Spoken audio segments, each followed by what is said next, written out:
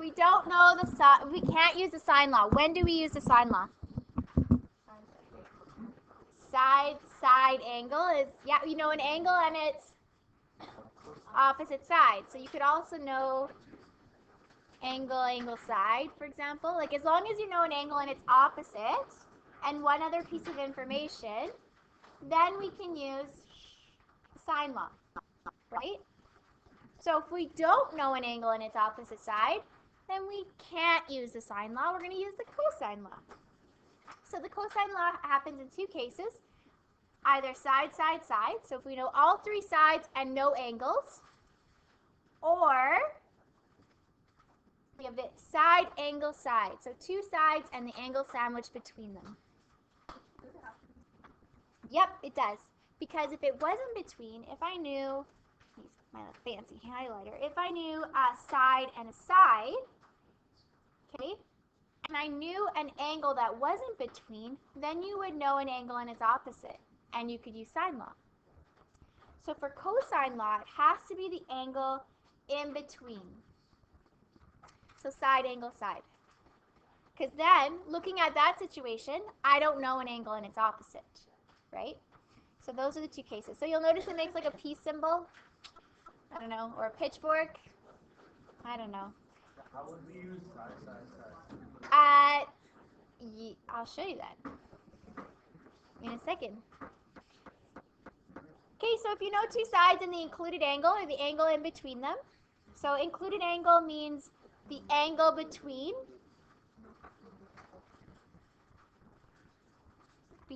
or sandwiched. If you want to write the word sandwich in there, you can. The angle between two known sides. Okay, then we can find the third side. So any side squared is equal to the other two sides squared minus 2 times the product of the other two sides, and then cos of the angle that's opposite of what we're looking for. So this is the formula on your formula sheet. Okay. So formula sheet A squared is equal to the other two sides squared, b squared plus c squared, added together, minus 2 times the product of those other two sides, 2bc, and then cos of the angle opposite, cos A. So that's on your formula sheet. The other ones are not, but they're really easy. If you know the first formula, then you can, if you're looking for side B instead of side A, then what you can do is switch your B's and A's. So if I was looking for B instead of A, I just change an A to a B and the B's to A's. And there's your new formula, right? Very simple. Just replace. Just switch your letters around, right? A's with B's and B's with A's. And you're good. Nothing. And you know what's nice about this formula? It's pretty foolproof. Like, you don't have brackets you have to really worry about. It's wonderful. One thing I recommend is that you make your unknown your A. Because if you did that, if we make that side A, whatever we're looking for, then it matches with the formula sheet. It doesn't have to, but it's nice when it matches with the formula sheet. And then the other two, it doesn't matter which one's B or which one's C. Okay? Doesn't matter. As long as it, I mean, we could call angle 56 B if we wanted to, but I called it A so that it matches the formula sheet. So I can use that formula. Okay. So A squared equals 18 squared plus 15 squared minus 2 times the product of those two sides, 18 times 15. So this is why where you label B and C doesn't matter. 18 times 15 is the same thing as 15 times 18. Doesn't matter. Cos of 56. Okay. Now, how you show your work. Okay. Some of you lost marks on your quiz, or you should have. Can't remember. I feel like I did make it. If did not, if there was something that was mathematically incorrect, you might have the right answer, but you mathematically showed your work incorrect, then you lost marks, especially as AP students. So what I mean by that is if you wrote, like, so a squared equals 247.03, right? So if you did this, and you just put a square root here, is that true? Is a squared equal to that? No. If you could put the square root on both, that would be okay. Or your next step would be a equals. Everything has to be equal to what you say it's equal. Right? So I saw a lot of, like, if you had right triangles on your quiz, and you're solving for your hypotenuse, I saw a lot of things like this. 3 squared plus 4 squared equals, and so you got, oh, that equals 25, and then you said equals square root of 25, which is 5. Well, that's not true, right? 3 squared plus 4 squared equals your radius squared. And 25 is equal to r squared, and root 25 is r. Like, this is not equal to this. Show your work so that everything, when you say something is equal, it better be equal, right? I'm trying to prepare you for if you take an AP test. It's like a big no-no. Okay. Anyways, so there is one more step with cosine law. You have to square root both sides. So what does that equal? To 2 decimal places. 15.72. Okay. Which is x.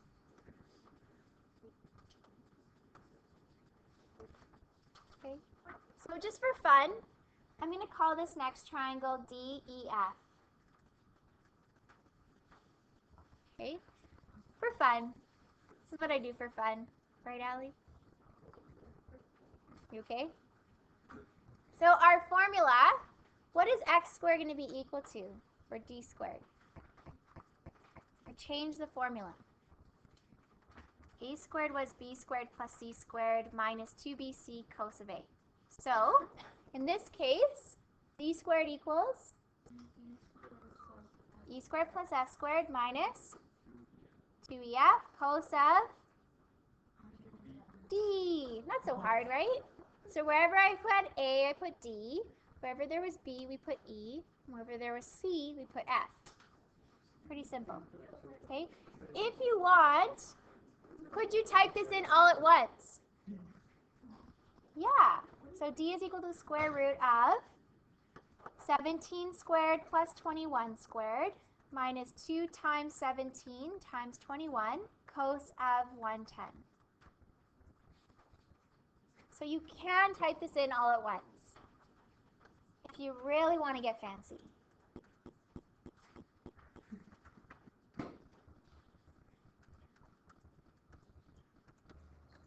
Cos of 110. There you go. Here's your answer. Did you get the same thing? No?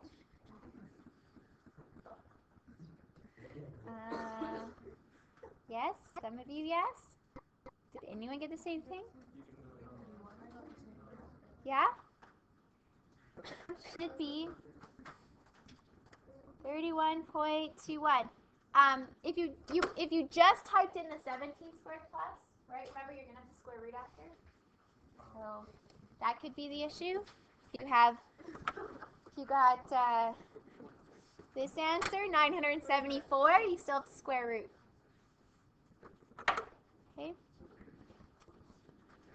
Okay, so what if we know 3 sides and you're looking for an angle?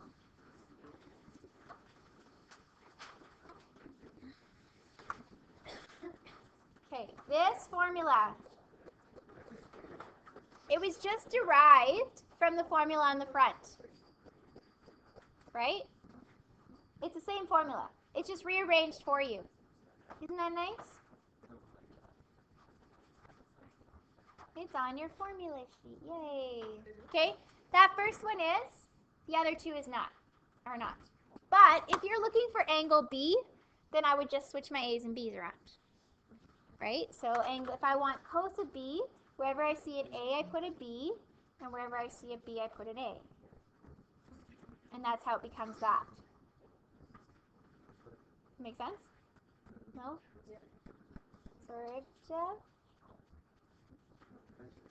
So if you were actually looking instead of for angle B instead of angle A, I can write B in where I see A and A where I see B, and I just switch it. That's how you get this formula. Okay? Okay.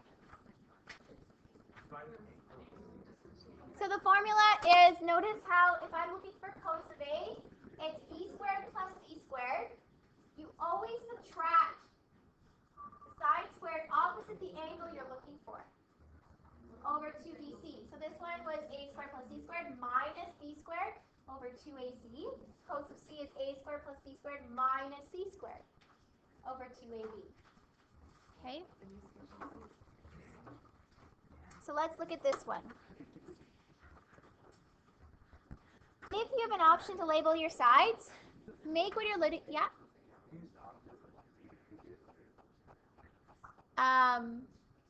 Well, that formula, like these are the same formula. It's already been rearranged for you.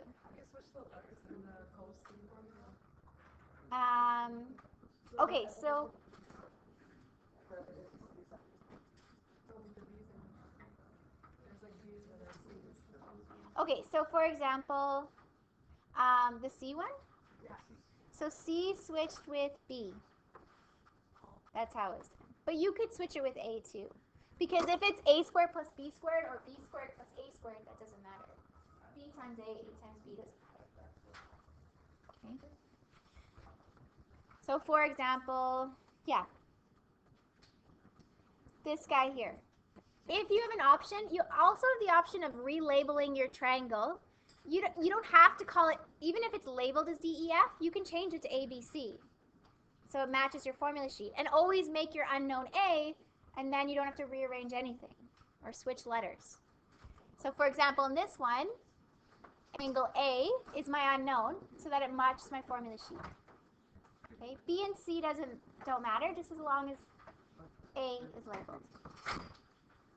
So B squared plus C squared minus A squared over 2BC formula. Field trip must be back. Can I just leave it open? Yeah. Thanks. Don't close it. Okay. So once we labeled the side opposite of the angle we have, the other ones don't matter. Doesn't matter who is B and who's C. 10 squared plus 20 squared. What matters is we subtract the one opposite the angle we're looking for. Of the angle we're looking for. And then 2 times 10 times 20. This formula is not foolproof. If you are a fool, you will get caught. So, what do I mean by that? What do you need when you type this in? Brackets. So you have two options. If you have a calculator that you can push math and then there's a fraction column, or alpha y equals, then you can go numerator over denominator. So alpha y equals, then you can type it in so nicely. 10 squared plus 20 squared minus 15 squared. Oops. Squared. Nope. One more time. 2 times 10 times 20. Okay? It'll give it to you as a fraction. If you want to change it to a decimal, you just divide 11 by 16. Okay? Otherwise, you have to have brackets around your numerator and your denominator. Okay? 11 over 16 is that 0.875. 687. Yeah. Okay. 6875.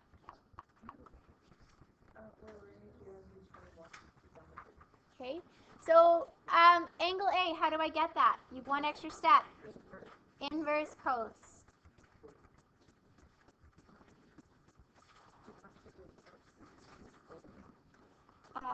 Let's do a nearest degree. 40 Okay?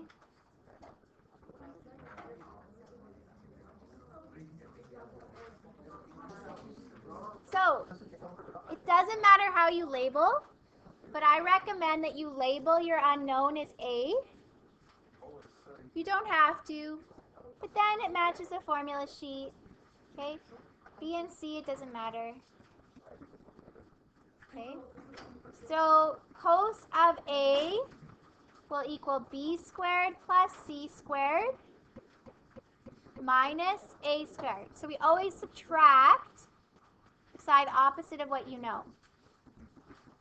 When you type that in, you should get a negative. Which negative what? 23 over 40. Okay. And then last step, we inverse cos that. Okay, so second cos to the nearest degree, what do you get? What? Oh, it's a negative. Thank you. 125. Then you get your reference, which is 55. Yeah. Okay? Not so bad? It's good? No, we're not going to do all the examples. Yeah? If you typed it in that form, numerator over denominator in your calculator, it gives you it as a fraction. That's totally fine. Decimals are fine. Yeah, it depends on how you enter it in your calculator. We'll change its output. Otherwise, it would be, you could have also had negative 0.575. Okay. Okay, so I'd like to change number 5 to be a 4-letter word. Okay. Triangle DEF, F is 15, E is 11, and angle D, sorry about my angle, that's not right. Angle D, let's change it to 30 degrees. I want you to find D squared as an exact value. Find angle D is 30.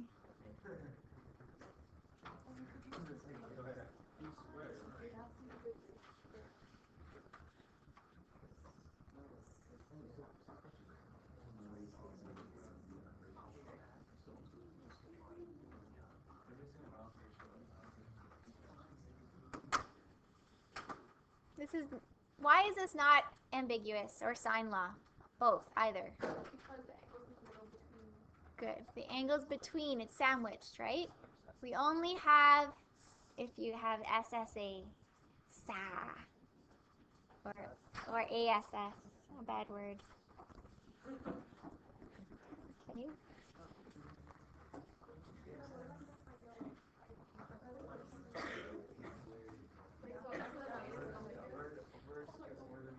SSA is that's when we check to see if it's ambiguous, yeah.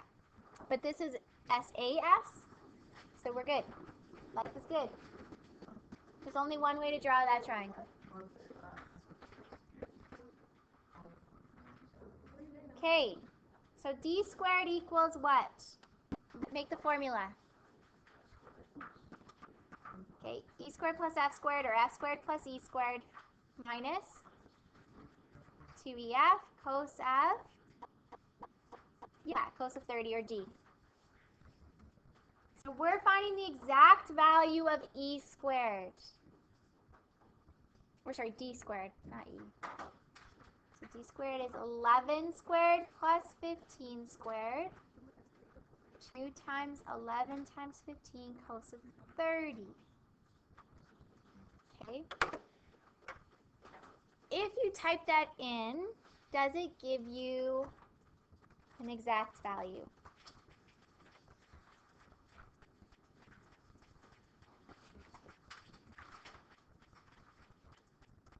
Oops, let's try that again. 30. Is that an exact value? No. Can that be turned into a fraction? No. Okay, so how can I answer this as an exact value? Yeah, radicals. Where? squaring it out. Like if you leave it in the square root form, then you can pull out. Oh, but I never square rooted yet. No. Could you go before you go cosine 30? Cosine 30. What? Cosine 30. Did we learn how to do that as an exact value? Yes, we did. Cosine 30 as an exact value. You might be blocking it from your memory. Yeah. If the reference angle's 30, opposite of 30 is what? The 1? And then hypotenuse 2, root 3. So, what is cosine 30 as an exact value? Root 3 over 2.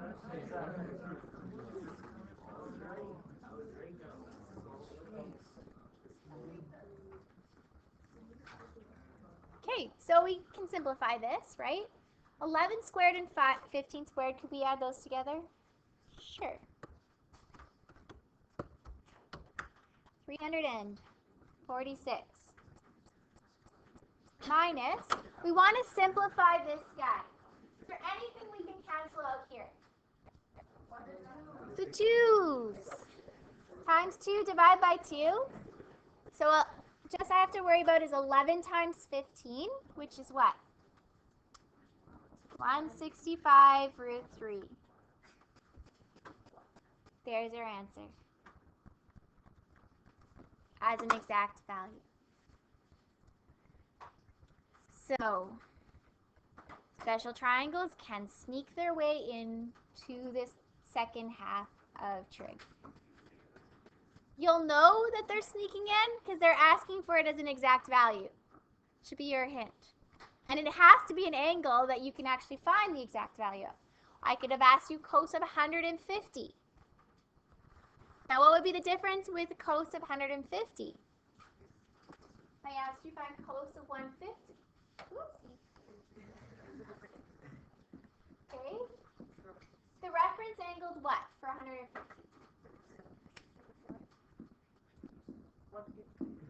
So the reference angle would still be 30. Okay, but what do you know about cosine in that second quadrant? It's a negative. So the only difference, if this was 150 degrees, it'd be a negative root 3 over 2. So these two negatives would turn into a plus. Right? Because if the angle was 150, the exact value is negative root 3 over 2. Because with cast, 150, right? This is going to be a negative ratio for cosine in the second quadrant. CAST, only sign is positive. Okay? And so if you had a negative here and a negative here, we change it to a plus. So it'd be the exact same, except for your answer would be plus 165. Okay? Yeah, if it was 150.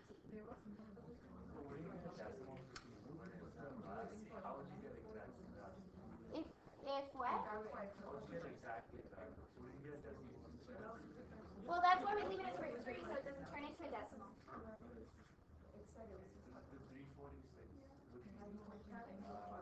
So 11 squared plus 15 squared. From these two.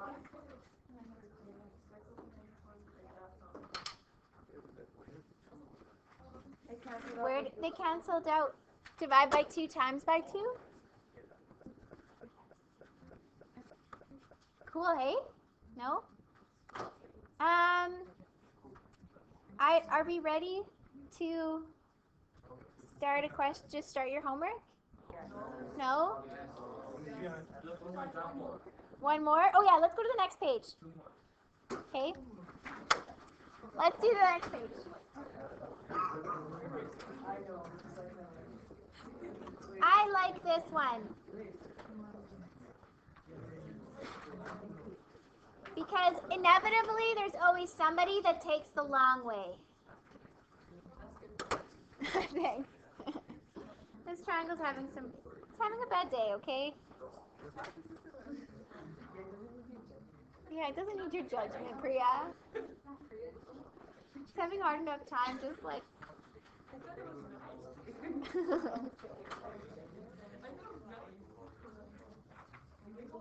Where is the smallest angle?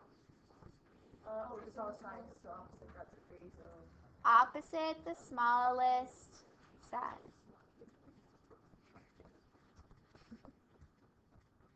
So if I ask for the largest angle, opposite the largest side. So people will go ahead and solve for all the angles. And then they'll like give me the answer, which is totally fine. But more work than you need to do, right? We just need to find angle, that theta there. So without using the formula sheet, what two sides are we adding together squared? No, 7 and 5 squared minus. You always subtract the one that's opposite the angle you're looking for. So you're going to subtract 3 squared.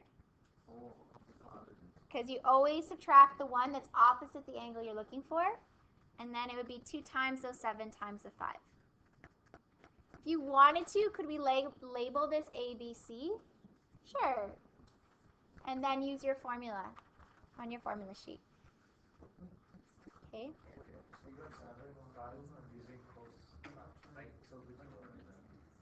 No. So it's just always, the formula is always the other two sides squared minus the side opposite. But if you labeled this A, B, C, you could also use your formula sheet. It would be, the formula sheet says B squared plus C squared minus A squared over 2BC, which is what we did. Okay? So what's our angle? Can you type it in all at once? Yes? You can go inverse cos, and then alpha, can you go alpha 1 here? Like that. And then 7 squared, 5 squared, minus 3 squared, 2 times 7 times 5. Look at that. Isn't that nice? So much easier. 22 degrees to the nearest degree. What? In the right mode? Or I don't know. Did you forget brackets? I don't know. Okay. Number 10. I love number 10. Can you draw this one for me? That's parallel lines. Love it. Okay, draw that, yeah. You need to know what a parallelogram is. If you don't know what a parallelogram is, yeah, you really need to know. You just need to know. We've never used parallelogram that much. After, like, I don't even remember the last time we used it. Probably when you found area of parallelogram. Yeah, that was like grade 9. That was like grade 7. Yeah. Okay, so they tell us that one of the angles is 127 degrees. So is that going to be the angle in between the two sides, the sandwich, or the other angle? The big one. It's 127. It has to be the sandwiched one. So, yes, they are in a parallelogram. The angles across are going to be the same. How would I get the other angle? How many degrees are in a parallelogram? 360. So in any quadrilateral, the sum of the angles, think of a square. 90, 90, 90, 90. What does that add to? 360. Yeah. Yeah, you totally. 9 times 4 is 36, and 360. So you could subtract 127 twice, and then do what? Divided by 2. Does anyone know an easier way? Yeah. I know without even calculating. That's 53. Why? 180 minus. We know that those two adjacent angles will add to 180 degrees in a parallelogram. Okay, so what I mean by adjacent is the side, right? So these two angles add to 180. Or these two angles, right? Those two angles. What do you mean? So, yeah, so basically this is the theory. If you have a parallel line, a transversal, and a parallel line, X and O add to 180. They are what we call interior angles. So interior angles add to 180. X plus O is 180. Yeah, okay. Now it asks find the length of the shorter diagonal. There's two diagonals. Where is the shorter?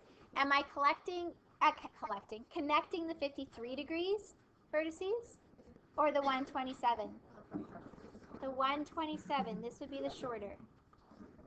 So notice, although they gave you 127, what angle you really needed was the 53.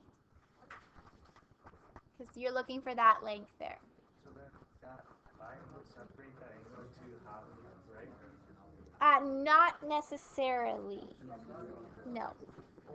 Then now you just use your cosine law because it's an angle plus 2. Yeah, so you'd have to use cosine law here. Because you know this 53, 17, and 23. Okay, so you'd have to use the 53 degrees. So it would be x squared equals 17 squared plus 23 squared. 2 times 17 times 23, cos of 53. Okay. Once you know how to use the formula, it's really nice. It's really easy. Otherwise, you have to label A, B, and C every time. And that's kind of a pain in the butt. Okay, is that my answer? Square root of that. Yeah.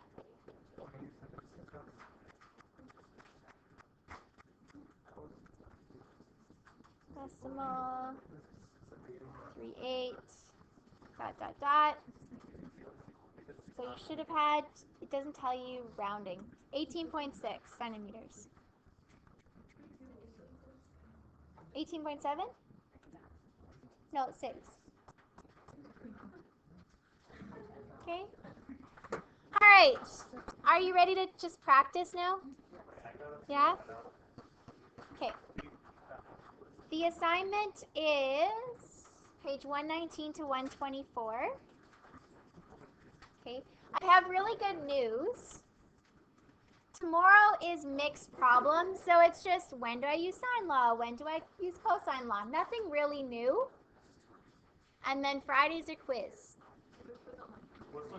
So the quiz is just on sine law, cosine law, and ambiguous case. However, if I ask you an exact value, then you might have to use special triangles, right? Yep. It does, hey? Okay. Sure.